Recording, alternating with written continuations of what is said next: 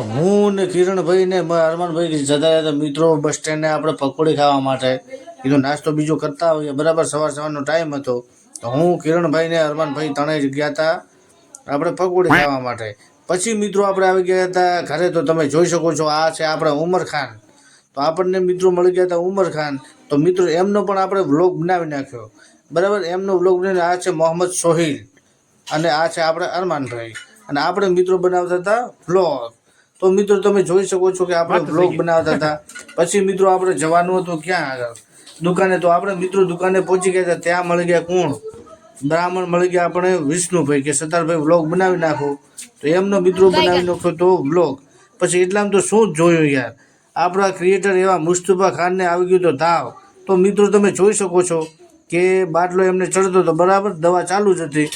ને આપણે મોહમ્મદ સોહિલ, આ મારા રહેમાનભાઈ અને આલિયાન, એ બધા આવ્યા હતા દવાખાને. મિત્રો જુઓ તમે, આ છે અને આ સોહિલ છે, બરાબર મિત્રો. તો આપણે મિત્રો બનાવતા હતા વ્લોગ. એમની મુલાકાત પૂરી થઈ પછી આપણને મળી ગયા કોણ? પિયુષભાઈ અને કિરણભાઈ અગેન.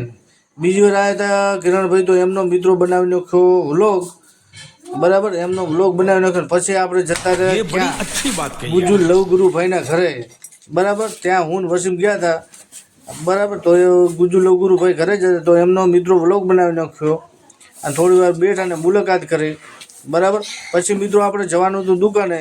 તો આપણે દુકાને પહોંચી ગયા. ત્યાં તો મળી ગયા કોણ?